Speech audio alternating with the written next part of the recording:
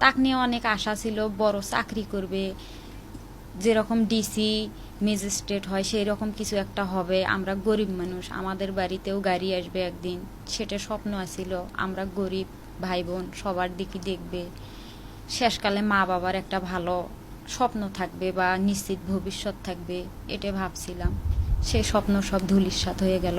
উনি আশ্বাস দিছে যে তোমার ভাই যারা মারছে এটা ভালোভাবে যাচাই বাছাই করেই আমরা এটার সঠিক তদন্ত করেই তারও বিচার করব, এই আশ্বাস দিছি।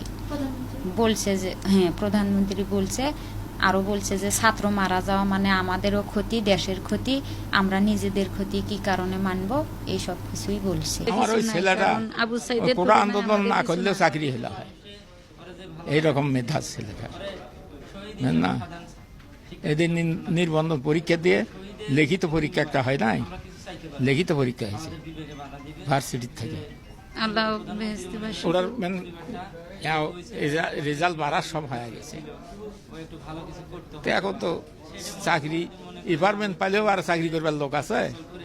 এখন আমার ছেলে তো মারা গেছে। আবু সাইদ নিয়ে গর্ব করছি। এই ছেলে আমার পড়ালেখা পারে, সব করতে পারে, পড়তে পারছে, বৃত্তি পাচ্ছে,